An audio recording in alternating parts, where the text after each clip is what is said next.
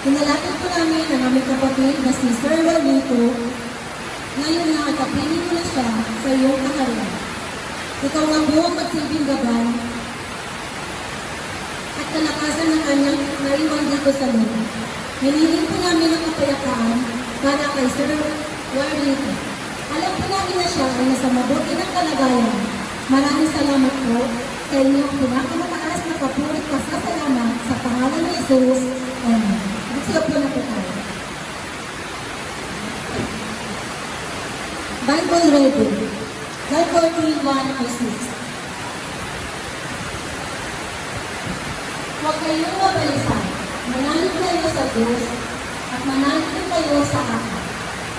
Sa bahay ng aking ama may maraming silid. Kung hindi na yun, sinabi ko na sa inyo, paroroon ako upang ipahanda ko kayo ng matitirahan.